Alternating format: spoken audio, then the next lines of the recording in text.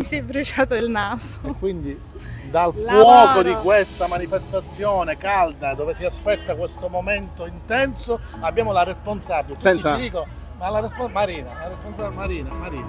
Mi chiamo Marina. Ah, non ti chiami responsabile? No, io Pensavo Marina è il soprannome. responsabile è il cognome. Ok, allora, Amoni, questo significato di Amoni.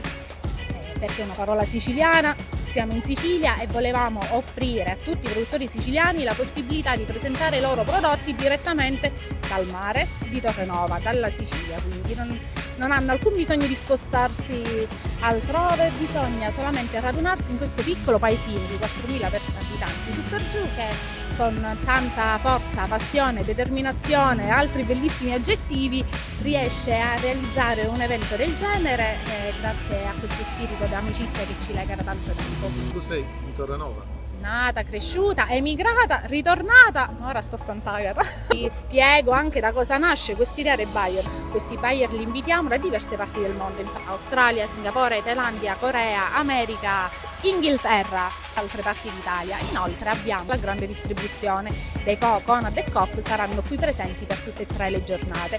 Quanti produttori saranno presenti? 26, E quanti buyer? 11.